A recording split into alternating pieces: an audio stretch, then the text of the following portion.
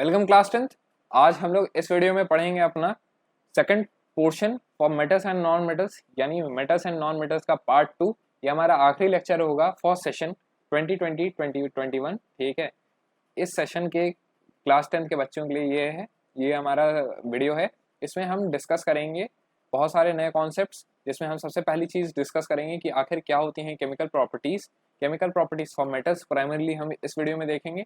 फिर उसके साथ हम पढ़ेंगे व्हाट आर एम्फोटेरिक ऑक्साइड्स, यानी एम्फोटेरिक नेचर के बारे में पढ़ेंगे कि आखिर एम्फोटेरिक वर्ड से क्या मतलब है और ये इस तरह के एम्फोटेरिक ऑक्साइड्स होते क्या हैं। ठीक है, एक नया टर्म है, बहुत शानदार टर्म है, इसके बारे में पढ़ेंगे।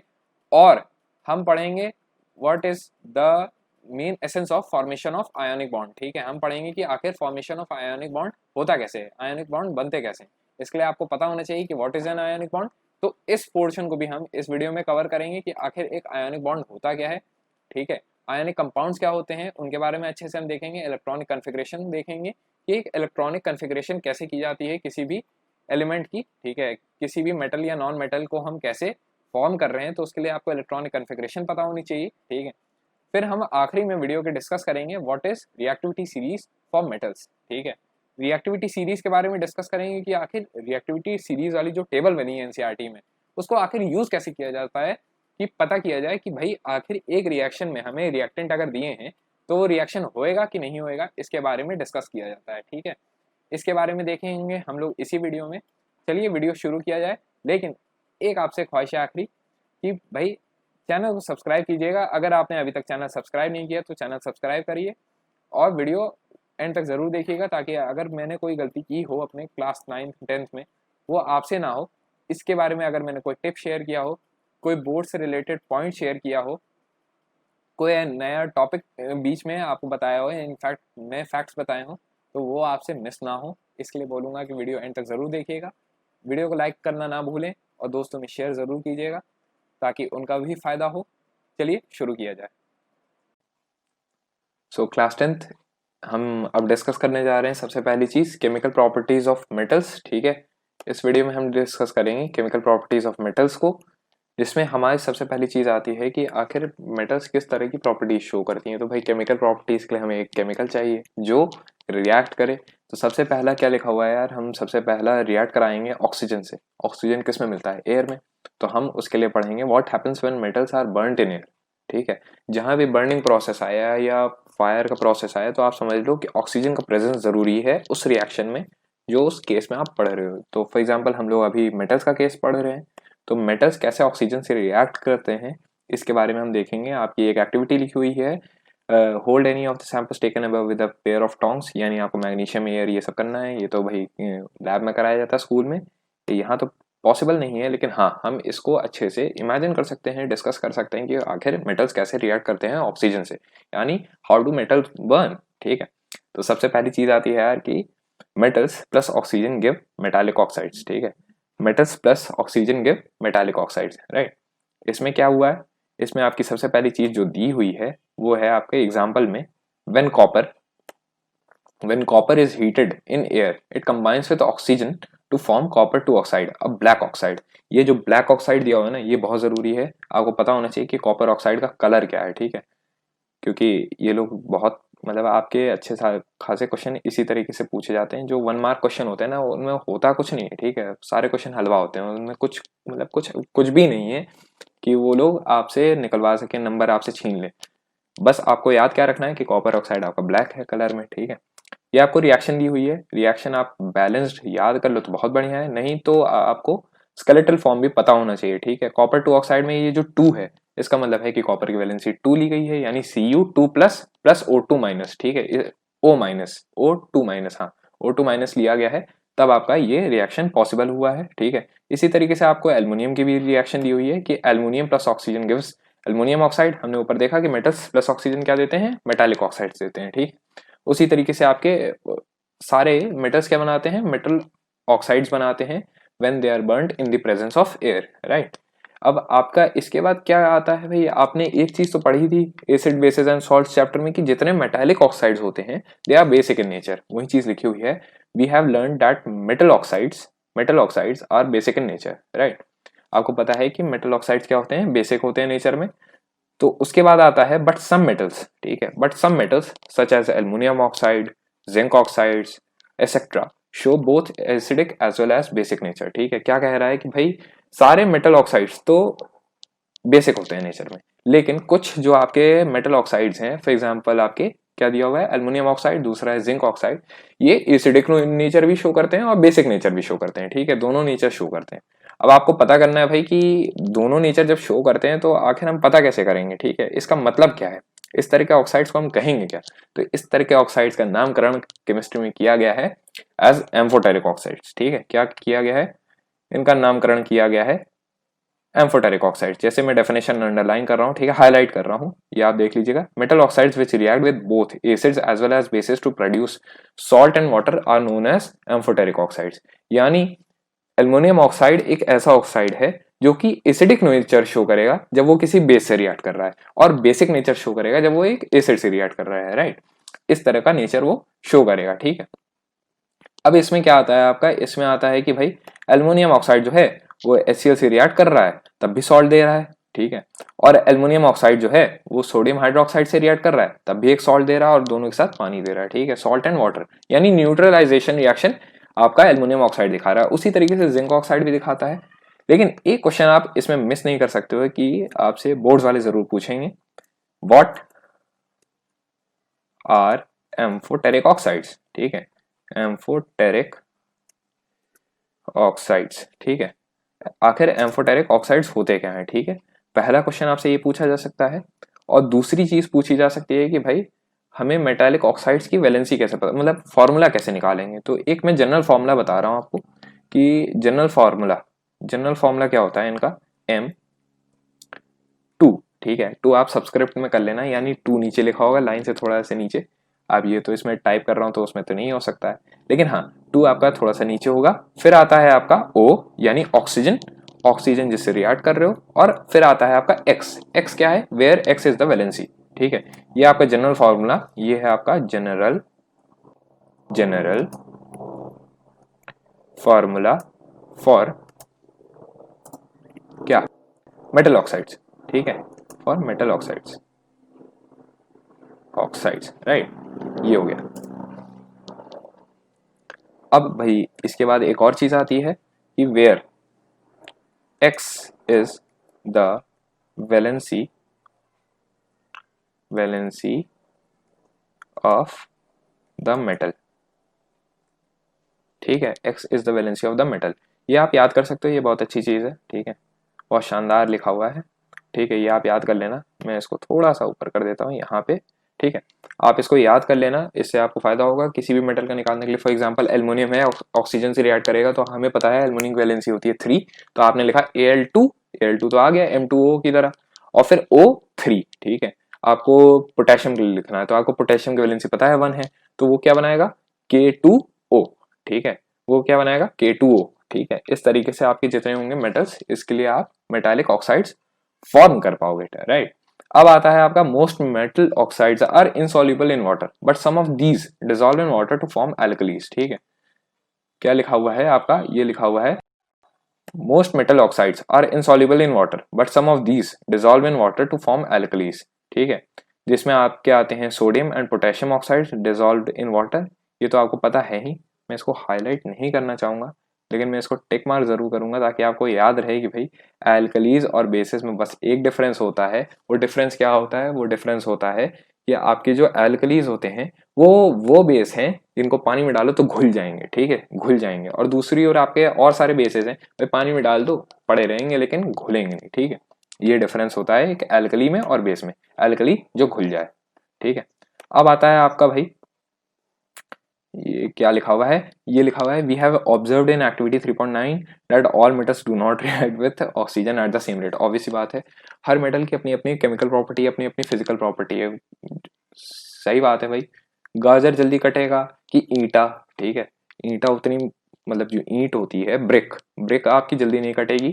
ठीक है, और दूसरी ओर आपका गाजर काटोगे, गाजर जल्दी कटेगा। ठीक है, सबकी अपनी अपनी फिजिकल प्रॉपर्टीज होती हैं, केमिकल प्रॉपर्टीज होती हैं। उसी तरीके से मेटल्स हैं।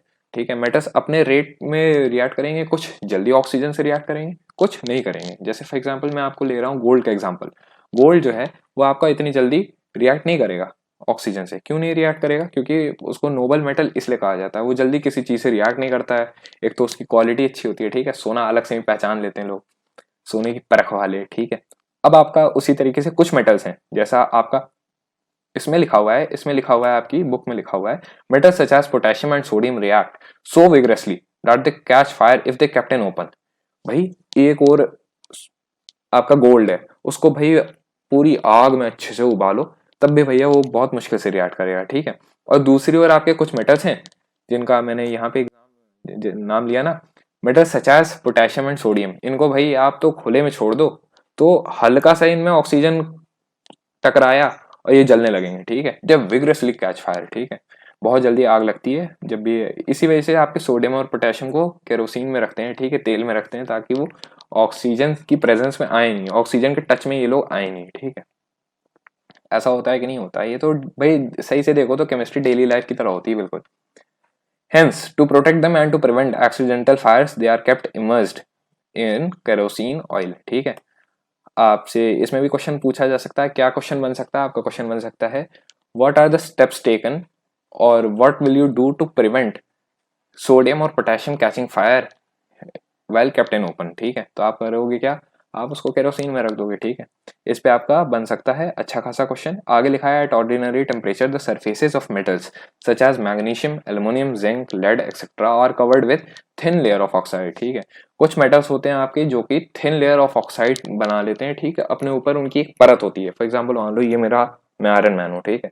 अब ये जो मेरा जो मतलब ऊपर का ये पूरा लेयर है, स्किन है, ये मेरी स्किन एल्युमिनियम की है। अब भाई मैं सामने एनवायरनमेंट में रहूंगा ही रहूंगा, ठीक है, जब जहाँ सब कोई रहता है, तो वहां क्या हो गया, मतलब मेरी स्किन के ऊपर एक ऑक्सीजन की लेयर आ गई, ठीक है। क्या आ गई? ऑक्सीजन की लेयर आ गई। ऑक्सीजन की लेयर कैसे आ गई? ऑक्सीजन है हवा में, वो रिएक्ट करेगा और ऊपर एक मेटल ऑक्साइड की लेयर बन जाएगी। किसकी लेयर बन जाएगी? मेटल ऑक्साइड की लेयर बन जाएगी, ठीक है। इस फिल्म की वजह से क्या हो जाता है कि मेरे मतलब नीचे जो मेटल है, ठीक है, जो नीचे का एल्युमिनियम है, वो ऊपर ऊपर की एयर से बच गया, ठीक है। किससे बच गया? करोजन से, रस्टिंग से बच गया। मतलब और कोई अगर केमिकल होगा तो उससे रिएक्ट करने से पहले उसे मेटल ऑक्साइड से रिएक्ट करना पड़ेगा, एल्युमिनियम ऑक्साइड से, राइट। इस तरह की चीजें होती हैं। तो ये एक फायदा आप कह सकते हो, ठीक है। क्या लिखा हुआ है? The protective oxide layer prevents the metal from further oxidation, ठीक है। ये आपका बहुत इंपॉर्टेंट है। Surfaces of metal such as magnesium, aluminium, zinc, lead etcetera are covered with a thin layer of oxide. The protective oxide layer prevents the metal from further oxidation, right. ये आपका बहुत important है। दो points हैं यहाँ पे, मैं इसलिए इनको दो पॉइंट्स की तरीके से कर रहा हूं। एक पॉइंट तो ये हो गया आपका और दूसरा पॉइंट ये हो गया, राइट। आगे बढ़ते हैं। आगे क्या लिखा? Iron does not burn on heating but iron filings burn विग्रेसली। Obviously बात है, आपका क्या हो जाएगा? आप आयरन फाइलिंग्स आपकी बहुत छोटे छोटे पार्टिकल्स, ठीक है, बिल्कुल आप समझ लो एक वुड हो गया और एक जो वुड छीलने के बाद वुड छोटे छोटे बचते हैं ना, क्या वो कहते हैं उनको, बारूदा कहते हैं, जो भी कहते हैं, ठीक है। अब वो जो बच जाता है, उनमें से दोनों में से कौन सी चीज जल्दी कैच करेगी फायर? छोटे वाले करेंगे, क्यों? उनके पास ज्यादा सरफेस एरिया आ गया, सरफेस एरिया की वजह से वो फायर कैच कर लेते हैं, ठीक है। इस तरीके से होता है। Copper does not burn but the hot metal is coated with a black coloured layer of copper oxide. अभी ऊपर हमने पढ़ा था कॉपर ऑक्साइड का कलर ब्लैक होता है। दो बारी अगर एनसीईआरटी में कोई चीज मेंशन हो गई तो समझ लें प्रभु एंड देवी जी, ठीक है, कि आपको वो याद करना ही करना है, ठीक है। उससे फायदा है, आपको नॉलेज भी बढ़ेगी, शो ऑफ करने को भी मिल जाता है, ठीक है। और क्या भाई? Silver and gold do not react with oxygen even at high temperatures, ठीक है। सिल्वर एंड गोल्ड आपको दिख गया ना, सिल्वर और गोल्ड जल्दी रिएक्ट नहीं करता है। कॉपर आपका एक ब्लैक कलर्ड लेयर बनाता है, ठीक है, ब्लैक लेयर बनाएगा, ठीक है। अब हमने जो ऊपर पढ़ा ना कि एल्युमिनियम, यानी जो मेरा हाथ है एल्युमिनियम का, उसके ऊपर कौन सी लेयर बन गई? उसके ऊपर हमारी लेयर बन गई है मेटल ऑक्साइड की, एल्युमिनियम ऑक्साइड की थिन फिल्म बन गई है, ठीक है, एक बहुत पतली सी लेयर बन गई है। वो पतली सी लेयर जो होती है ना, उस प्रोसेस को एनोडाइजिंग कहते हैं, ऐसे ही बताया, ठीक है। आगे लिखा ही हुआ है आपका, anodising is a process of forming a thick oxide. अच्छा, thick oxide layer of aluminium, ठीक है। Aluminium develops a thin oxide layer when exposed to air, ठीक है। ऐसे हवा में रखोगे तब तो एक थिन लेयर बनाएगा, लेकिन जब आप उसको बहुत अच्छे से एक प्रोसेस के थ्रू ले जाओगे जिसका नाम एनोडाइजिंग है, एनोडाइजिंग करोगे एल्युमिनियम की, तो उसके ऊपर एक थिक फिल्म लेयर बनेगी। क्या बनेगी? थिक फिल्म लेयर बनेगी। उसकी वजह से क्या हो जाएगा? आपकी मेटल ऑक्साइड की वजह से नीचे वो कोरोजन से बच जाएगा, ठीक है। इसका फायदा क्या है? रेजिस्टेंट टू फर्दर कोरिजन, ठीक है, आपको कीवर्ड्स याद होने चाहिए, ठीक है, ये कीवर्ड्स लिख दोगे आपको सीबीएसई में कंप्लीट अच्छे से नंबर मिल जाएंगे। अगर आप आईसीएसई स्टूडेंट हो तब भी आपको नंबर मिल जाएंगे, बस आपको क्या करना होगा, आपको शुरुआत की लाइन लिखनी होगी, this aluminium oxide coat makes it resistant to further corrosion, what is anodizing, anodizing process के बारे में बता दो कि उसका ऑक्सीजन में कैसे यूज होता है, प्रोसेस लिख दो, ठीक है। अब जैसे आगे लिखा है द रेजिस्टेंस, ठीक है, the resistance can be improved further by making the oxide layer thicker, ठीक है, ऑक्साइड लेयर को हम लोग जितना थिक बनाएंगे उतना ज्यादा वो अच्छे से कोरोजन से बच पाएगा, ठीक है। आगे क्या चीज है, आगे आपका लिखा हुआ है the oxygen gas evolved at the anode reacts with aluminium to make a thicker protective oxide layer, obvious ही बात है। हाँ, हम लोग प्रोसेस के बारे में डिस्कस कर रहे हैं। इसमें क्या है, एक क्लीन एल्युमिनियम आर्टिकल को हम लोग एनोड बना देंगे और उसको इलेक्ट्रोलाइज कर देंगे। जैसे आपने इलेक्ट्रोलिसिस पढ़ा था ना, वाटर का इलेक्ट्रोलिसिस पढ़ा था, तो हमने एनोड कैथोड लिया था और पानी एज अ मीडियम ले लिया था, ठीक है, और उसमें से H2 अलग O2 अलग इस तरीके से गैसेस ली थी। लेकिन इसमें हमें क्या करना है, हमें थिन ऑक्साइड लेयर बनानी है, मतलब थिक ऑक्साइड लेयर बनानी है ऑक्सीजन की, किस पे, एल्युमिनियम पे। तो हमने क्या किया, एनोड बना लिया, एल्युमिनियम का एनोड ले लिया, ठीक है, एल्युमिनियम का हमने एनोड ले लिया एकदम क्लीन प्योर एल्युमिनियम, ठीक है, और हमने क्या किया, उसको सल्फ्यूरिक एसिड जो है H2SO4 उससे हमने रिएक्ट कराया, ठीक है, उसको एज अ मीडियम ले लिया। अब H2SO4 आपको अगर शायद पता हो तो it is a very good oxidizing agent होता है, ठीक है। ऑक्सीडाइजिंग एजेंट होने की वजह से क्या हो जाता है कि वो ऑक्सीजन दे देगा, ठीक है, ऑक्सीजन किसको दे देगा, एल्युमिनियम की ओर पूरा ऑक्सीजन अपना झोंक देगा। एनोड होता है पॉजिटिव, ठीक है, पॉजिटिव पॉइंट होता है, पॉजिटिव टर्मिनल होने की वजह से एनोड पे ऑक्सीजन, ठीक है, एनोड हमारा एल्युमिनियम का है, उसके ऊपर ऑक्सीजन की एक फिल्म क्रिएट हो जाएगी और अच्छे से ऑक्सीजन रिएक्ट करा के एल्युमिनियम ऑक्साइड बना देगा।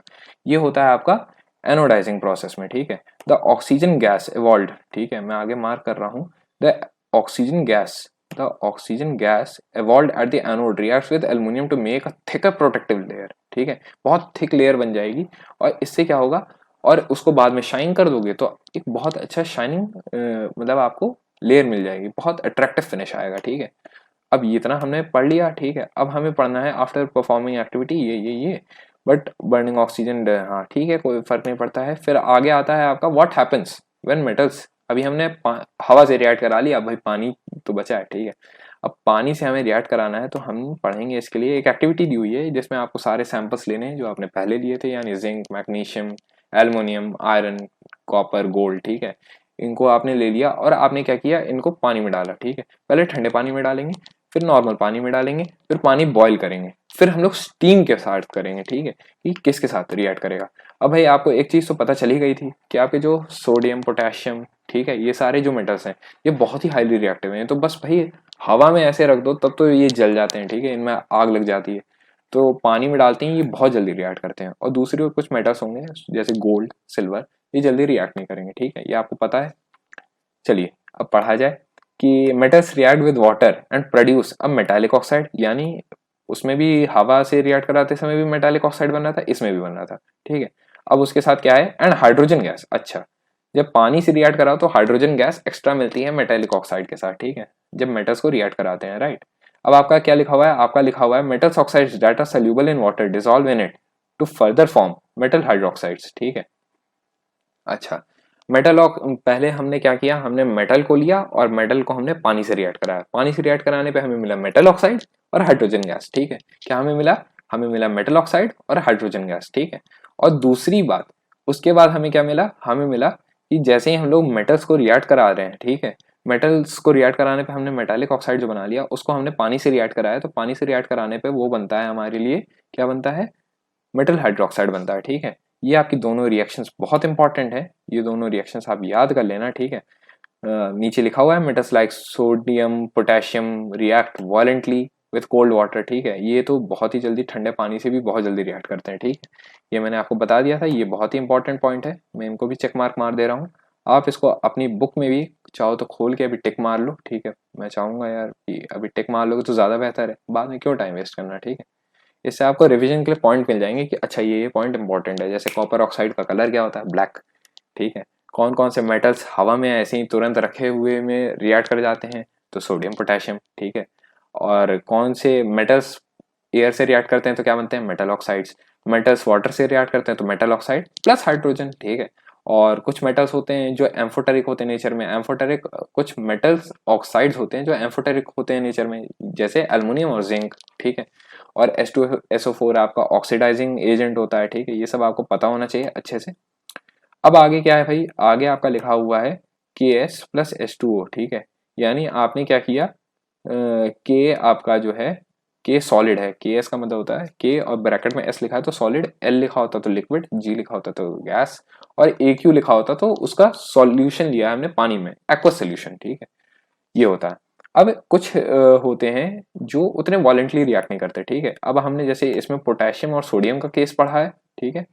अब हम इसमें नीचे पढ़ रहे हैं कैल्शियम का केस। कैल्शियम उतना ज्यादा वाटर से वॉलेंटली रिएक्ट नहीं करता है, हाँ करता है, उसमें हीट भी मिलती है, ठीक है। उसकी वजह से हमें मिलता है कैल्शियम हाइड्रोक्साइड, ठीक है। आपने स्लिग्ड लाइम, ये नाम तो सुना ही है ना, ठीक है। ये तो आपके पहले चैप्टर में था।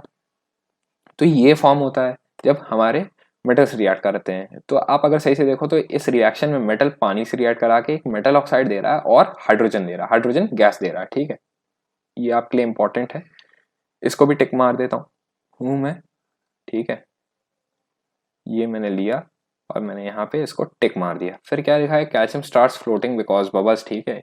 हाँ, कैल्शियम फ्लोट क्यों करने लगता है, क्योंकि उसके साथ जो हाइड्रोजन गैस होते हैं, हाइड्रोजन गैस उसके साथ चिपक जाती है, ठीक है, और उसको एलिवेट कर देती है, उठा देती है। भाई हवा है, वो पानी के अंदर थोड़ी टिकेगी, वो तो ऊपर उड़ जाएगी, ठीक है।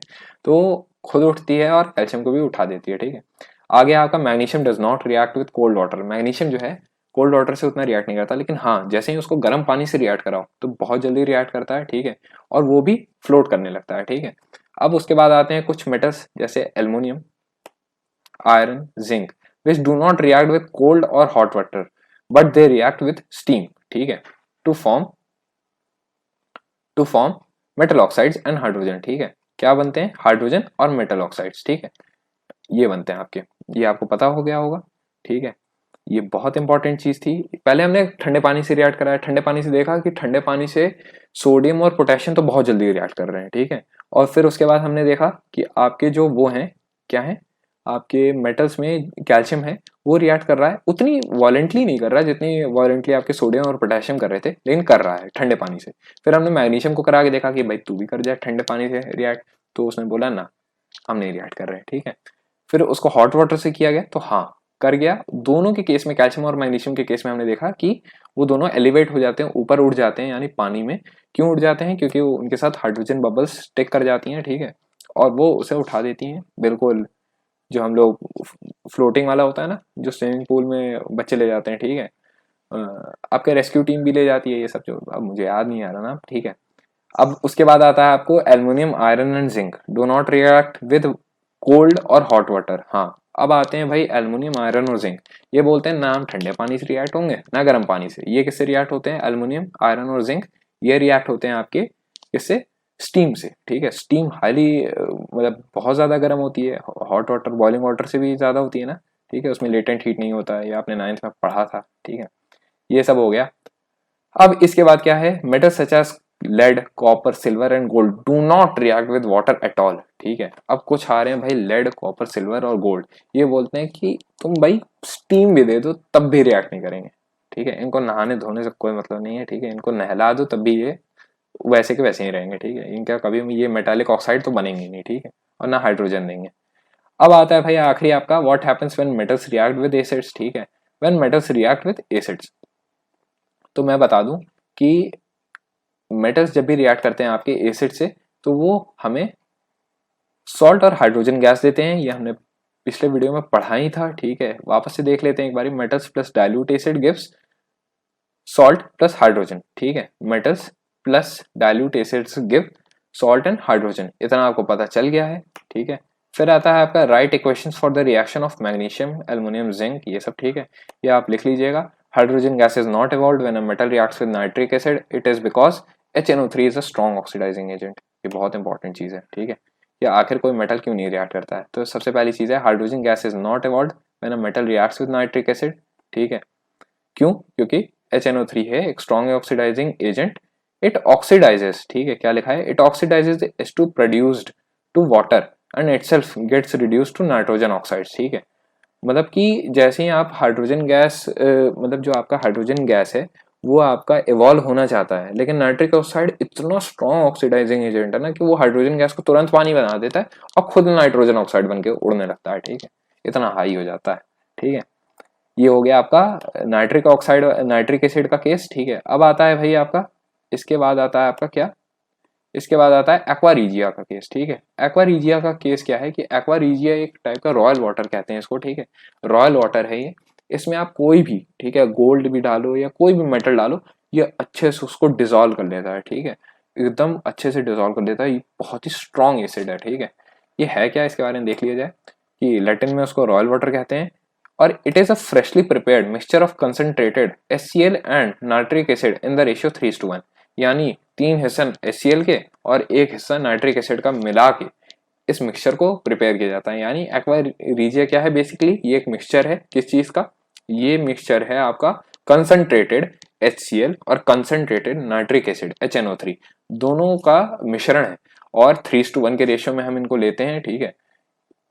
ये क्या लिखा है, it can dissolve gold even though neither of these acids can do it individually. यानी कहने मतलब क्या है कि आपके ये जैसे एक्वारीजिया में आप डालो गोल्ड को तो रिएक्ट कर जाएगा, ठीक है, एकदम डिजोल्व कर लेगा, लेकिन वही चीज आप बस HCl में डालोगे तो गोल्ड नहीं करेगा, गोल्ड उस पर पावरफुल पड़ेगा, लेकिन ये एकता बना लेते हैं। अब ये दोनों HCl और आपके HNO3 दोनों एकता बना लेते हैं, तो भाई ये रिएक्ट कर जाते हैं।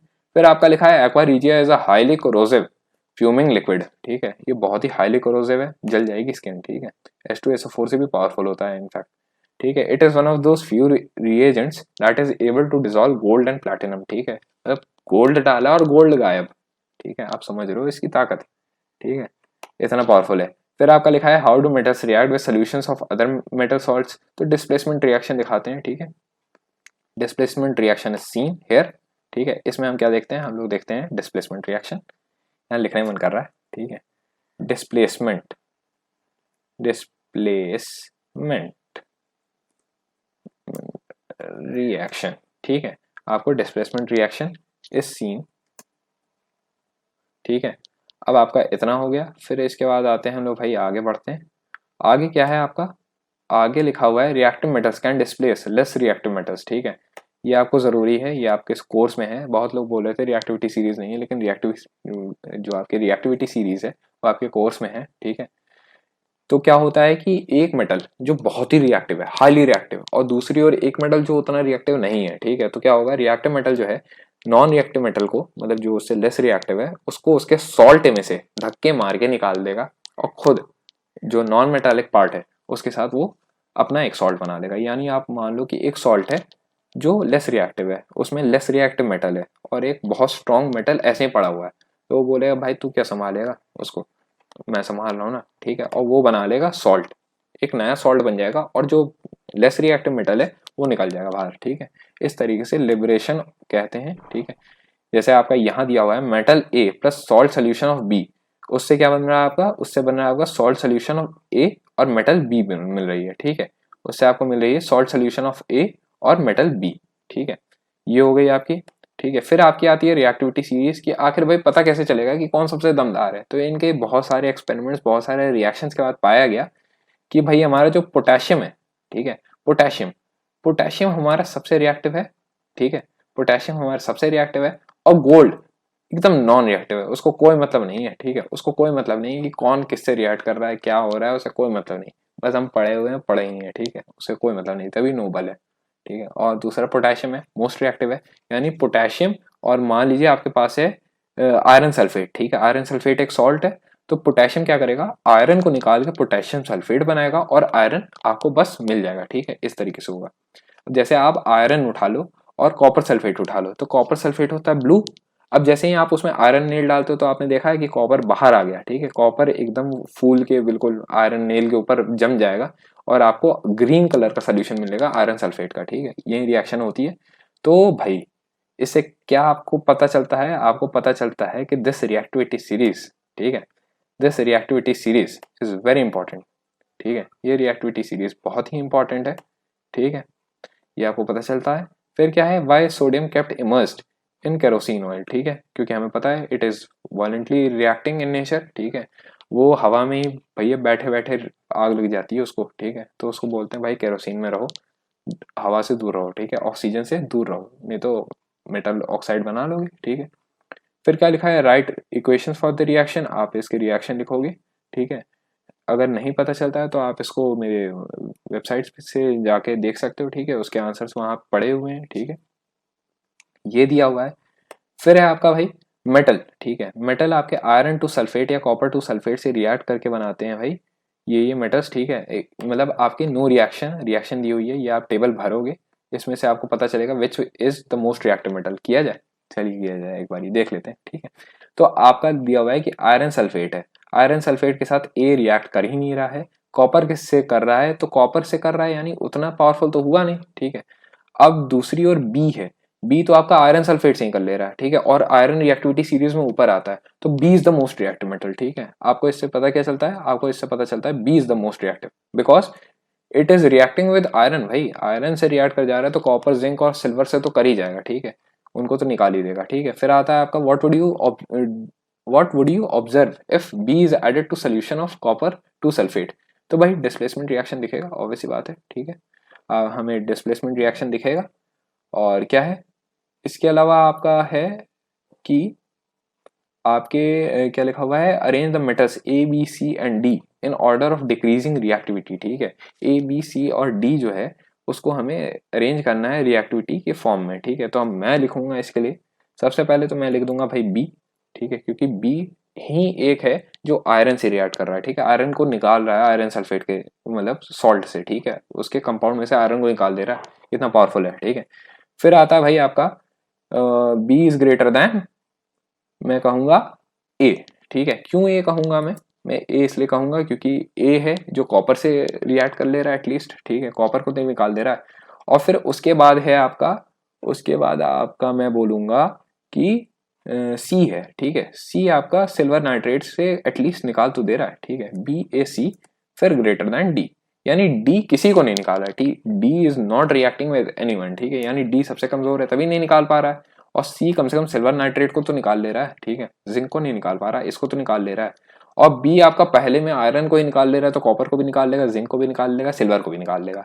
और ए क्या है, ए आपका आयरन को नहीं निकाल पा रहा है, कॉपर को निकाल ले रहा है, तो बस छोड़ दिया आगे का, क्योंकि जिंक को भी निकाल लेगा, सिल्वर को भी निकाल लेगा, ठीक है। तो ये आपका हो गया इसका आंसर। फिर क्या है, which gas is produced when dilute hydrochloric acid is added to reactive metal, ठीक है, which gas is produced when dilute hydrochloric acid is added to a reactive metal, hydrogen gas, hydrogen gas, ठीक है।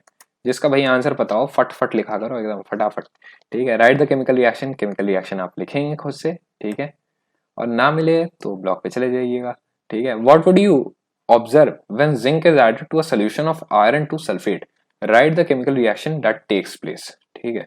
What would you observe when zinc is added to a solution of iron two sulphate, write the chemical reaction, ठीक है, chemical reaction लिखनी है, ये काम का नहीं है। How do metals and non metals react, ठीक है। अब ये तो भाई इतनी देर से तो यही तो देख रहे थे, ठीक है। अब इसमें हम क्या करेंगे कि हम देखेंगे कि आखिर मेटल्स कैसे रिएक्ट करते हैं, ठीक है। इसमें आपका ये अच्छा, ये इलेक्ट्रॉनिक कन्फिग्रेशन से रिलेटेड है।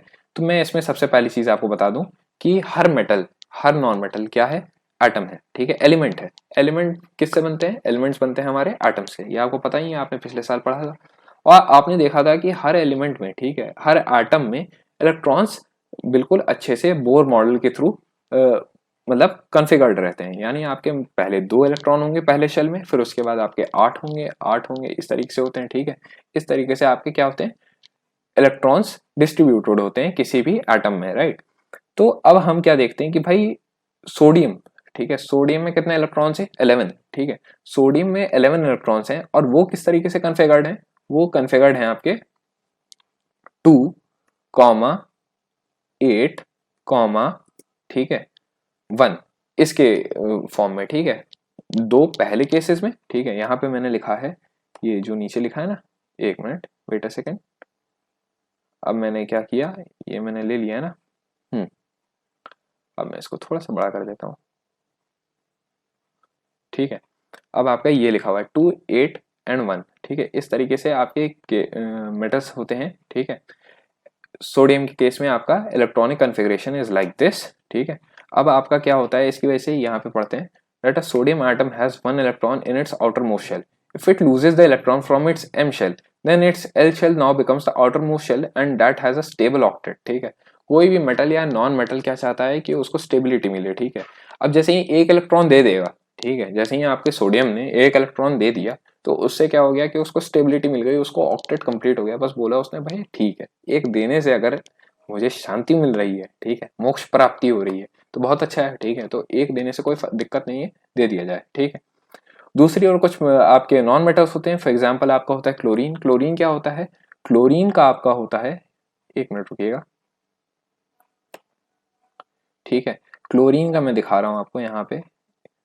क्लोरीन के साथ क्या है कि 287 के केस में होता है। ठीक है, क्लोरीन होता है आपका 287, इस तरीके से फॉर्म्ड होता है यहाँ पे। ठीक है, अब 287 की वजह से क्या हो गया, 287 की वजह से हो गया इसमें, यहाँ पे 287 की वजह से क्या हो गया कि वो बोला भाई एक इलेक्ट्रॉन कोई तो दे दो। ठीक है, कोई दे दो, फिर मैं भी, मेरी भी भैया ऑक्टेट हो जाए, मतलब शादी हो जाए। ठीक है, तो कंप्लीट हो जाएगा और हमें भी स्टेबिलिटी मिल जाएगी। ठीक है, अब उसको उसकी वजह से स्टेबिलिटी मिल जाएगी, राइट, ये आपको पता चल गया। तो कुछ होते हैं जो देकर उनको शांति मिल जाती है, वो बोलते हैं कि भाई बहुत पैसा है, बहुत इलेक्ट्रॉन है, तो एक इलेक्ट्रॉन दे देते हैं सोडियम की तरह और उनका ऑक्टेट कंप्लीट हो जाता है। और कुछ होते हैं वो बोलते हैं कि भाई कोई एक इलेक्ट्रॉन दे दो, ठीक है, बस एक इलेक्ट्रॉन दे दो, दो इलेक्ट्रॉन दे दो या तीन इलेक्ट्रॉन, मैक्सिमम दो इलेक्ट्रॉन, ठीक है, दे दो और मुझे भी शांति मिले। ठीक है, इस तरीके से होता है। जैसे आप यहाँ पे देख सकते हो कि भाई क्या हो रहा है कि सोडियम, ठीक है, सोडियम के केस में आप देख रहे हो कि सोडियम जहां एक इलेक्ट्रॉन देता है उसको ऑक्टेट तो मिल जाता है, लेकिन तब भी उसके ऊपर एक प्लस चार्ज है। ठीक है, प्लस क्यों है, क्योंकि उसके पास प्रोटॉन ज्यादा है। अब प्रोटॉन्स किसी भी एलिमेंट में से कभी नहीं जाते हैं। ठीक है, ये याद रख लीजिएगा कि कभी भी प्रोटॉन्स किसी भी एलिमेंट में से नहीं जाते हैं, चाहे वो मेटल हो, नॉन मेटल हो या नोबल गैस हो। ठीक है, वो कभी भी नहीं निकलेगा प्रोटॉन। एलिमेंट में से आप इलेक्ट्रॉन निकाल सकते हो बस। ठीक है, इलेक्ट्रॉन दे सकते हो, निकाल सकते हो। ठीक है, वो ही हो सकता है। अब ये एक पॉजिटिव चार्ज आ जाता है। अब ये इलेक्ट्रॉन जो है, ये इलेक्ट्रॉन सोडियम का उठ के जाता है, वो बोलता है कि भाई यहां से, ठीक है, यहां से मैं उठ के जा रहा हूं, यहां से मैं उठ के जा रहा हूं, किसके पास मैं जा रहा हूं, क्लोरीन के पास। ठीक है, अब क्लोरीन के पास जाते ही बोलता है क्लोरीन कि हाँ भाई thank you, thank you sodium, तुमने दे दिया एक इलेक्ट्रॉन, बस काफी है मेरे लिए, अब मुझे ज्यादा चाहिए नहीं कुछ भी। ठीक है, तो इस तरीके से इनके ऑक्टेट तो कंप्लीट हो जाते हैं। लेकिन ये दोनों क्या कर रहे हैं, ट्रांसफर ऑफ इलेक्ट्रॉन हो रहा है। ट्रांसफर ऑफ इलेक्ट्रॉन की वजह से क्या होता है कि भाई दोनों के ऑक्टेट कंप्लीट हो गए और दोनों एक साथ एक मतलब आयोनिक बॉन्ड बनाते हैं। कौन सा बॉन्ड बनाते हैं, ध्यान से सुनिएगा, आयोनिक बॉन्ड। ठीक है, when there is a transfer of electron always an ionic bond is formed, right, इतना हो गया, ये आपको पता चल गया होगा। फिर क्या है, sodium and chloride ions being oppositely charged attract each other and are held by strong and electrostatic forces of attraction to exist as sodium chloride. ठीक है, it should be noted that sodium chloride does not exist as a molecule but aggregates of oppositely charged ions. कहने का क्या मतलब है कि ये exactly एक साथ exist करने का मतलब ये नहीं है कि भाई पक्का पक्का हो गया कि अब इनको अलग ही नहीं किया जा सकता। ये एवरेजली अपने आप में इलेक्ट्रॉन डिस्ट्रीब्यूशन कर लेते हैं कि हाँ हमारे पास क्लोरीन के पास 8 इलेक्ट्रॉन हो गए, मेरा भी ऑक्टेट कंप्लीट हो गया एक देकर सोडियम के लिए। ठीक है, तो इससे क्या हो जाता है कि हमारा एक बहुत ही स्ट्रॉन्ग इलेक्ट्रोस्टैटिक फोर्स आ जाता है। ठीक है, स्ट्रॉन्ग इलेक्ट्रोस्टैटिक फोर्स आ जाता है। ठीक है, फोर्स ऑफ अट्रैक्शन। ठीक है, इससे आपका आयोनिक बॉन्ड बनता है। कंपाउंड फॉर्म्ड, ठीक है, यही लिखा है आपका, the compounds formed in this manner by transfer of electrons from a metal to a non metal are known as ionic compounds और इलेक्ट्रोवेलेंट कंपाउंड्स। ठीक है, इतना आपको पता चल गया होगा, बस इतना काफी है। फिर आता है भाई properties of ionic compound. Properties में आयोनिक कंपाउंड की मैं बता रहा हूँ, ये सब यूजलेस है जो ऊपर दिया हुआ है। सबसे अच्छी चीज आपकी यहाँ पे है, मैं इसको हाईलाइट कर देता हूँ, फिजिकल नेचर। ठीक है, फिजिकल नेचर में क्या होता है इनका कि दे आर रियली स्ट्रॉन्ग। ठीक है, these compounds are generally brittle and break into pieces when pressure is applied. ठीक है, ये बहुत ही स्ट्रॉन्ग होते हैं और ये टुकड़े टुकड़े में होते हैं। ठीक है, आप कहने का मतलब क्या है कि आप बिल्कुल बिस्किट की तरह होते हैं। ठीक, बिस्किट तो चूरा भी हो सकता है, नहीं, ये क्या होते हैं कि ये बहुत ही स्ट्रांग होते हैं। ठीक है, अगर इनको काटो तो ये कट जाएंगे, समझ रहे हो, नमक पारे की तरह, उस तरीके से हो जाते हैं। और दूसरी चीज क्या है, इनका मेल्टिंग और बॉइलिंग पॉइंट बहुत हाई होता है। ठीक है, ionic compounds have high melting and boiling points. ठीक है, बहुत ही हाई मेल्टिंग पॉइंट होता है। आप कभी भी नमक को लिक्विड करने की कोशिश करो बिना पानी के, बहुत ज्यादा टेम्परेचर होगा, शायद कढ़ाई गल जाए। ठीक है, इतना ज़्यादा होता है, ठीक है। बहुत ज़्यादा एनर्जी चाहिए होती है भाई इनको अलग अलग करने के लिए, ठीक है। फिर आता है आपका सॉलिबिलिटी। सॉलिबिलिटी इनकी बहुत अच्छी होती है, they are soluble in water and insoluble in solvent such as kerosene and petrol, ठीक है।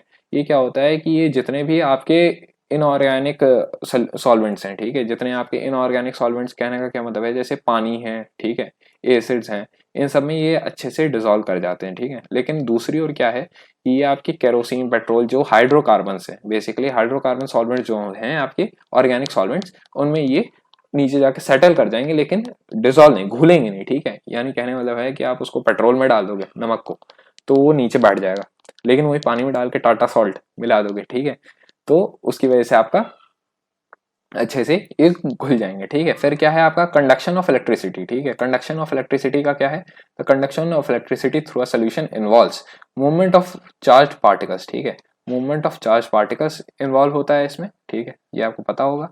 फिर आता है but ionic compounds conduct electricity in molten state, यानी ये जो है, ठीक है, कंडक्शन ऑफ इलेक्ट्रिसिटी ये आयनिक कंपाउंड्स करते हैं। कब करते हैं, ये तब करते हैं जबकि जब ये एक साथ मिले हो, ठीक है, घुल जाए, ठीक है। ये या तो इनमें कोई आपने चार्ज कैरियर दे दिया, यानी मतलब ये लिक्विड होने चाहिए। अब लिक्विड दो तरीके से हो सकते हैं, या तो आप इनको एक्वस सोल्यूशन बना दो, या आप इनको मोल्टन स्टेट में ला दो, ठीक है। तो ये मोल्टन स्टेट में they are a good conductor of electricity, ठीक है। इलेक्ट्रिसिटी के गुड कंडक्टर्स होते हैं। इसके बेसिस पे आपके कुछ क्वेश्चन दिए हैं। Write electron dot structure, electron dot structure बनाना आना चाहिए, कुछ नहीं, बस आपको आखिरी के जो वो दिए हैं शेल में, ठीक है, जैसे 287 था ना क्लोरीन का, तो आपको 7 इलेक्ट्रॉन बस क्रॉस क्रॉस क्रॉस दिखा देना है, ठीक है। इसको हम कहते हैं, देखिए एक मिनट, ये जो आपका स्ट्रक्चर बना है ना, ये स्ट्रक्चर, ठीक है, ये जो आपका स्ट्रक्चर बना है, मैं यहाँ पे टिक मार देता हूँ, ये आपका स्ट्रक्चर है क्लोरीन का इलेक्ट्रॉन डॉट स्ट्रक्चर, ठीक है। इलेक्ट्रॉन डॉट स्ट्रक्चर बना हुआ है, उसी तरीके से आपको स्ट्रक्चर बनाना है। फिर आता है आपका भाई show the formation of Na2O। Na2O का एक बार फॉर्मेशन कर लीजिएगा, कुछ नहीं, आपको सोडियम चाहिए और ऑक्सीजन चाहिए। सोडियम से 2 सोडियम है, Na2 यानी 2 सोडियम है, एक एक इलेक्ट्रॉन दे देगा ऑक्सीजन को, ऑक्सीजन को 2 इलेक्ट्रॉन चाहिए, मिल गए, dot structure complete. MgO, MgO आप उसी तरीके से बना सकते हो। What are the ions present in these compounds, ठीक है, आयंस कौन कौन से प्रेजेंट है, सोडियम आयन और ऑक्साइड आयन, ठीक है। Oxide ion O2 minus Na plus, ठीक है, Na प्लस Mg2 प्लस और O माइनस, ठीक, O2 माइनस, ठीक है, ये आपके प्रेजेंट है। यहीं तक है। अकरेंस ऑफ मेटल्स आपका कोर्स में नहीं है इस साल, ठीक है, occurrence of metal is not there in your course, ठीक है। यहाँ पे अपना वीडियो एंड करता हूँ मैं मेटल्स एंड नॉन मेटल्स का। ये आपका आखिरी वीडियो था metals and non metals chapter का पार्ट 2 जो आपने अभी देखा। इसी तरीके से वीडियो में एंड तक बने रहिएगा। अगर अभी तक आपने चैनल को सब्सक्राइब नहीं किया तो सब्सक्राइब कीजिए, वीडियो को लाइक कीजिए और ज़्यादा से ज़्यादा दोस्तों में शेयर कीजिए ताकि वो भी इस चैनल के बारे में जाने, उस चैनल को सब्सक्राइब करें। और फिर मिलते हैं एक नेक्स्ट वीडियो में, तब तक ले bye bye and thanks for watching.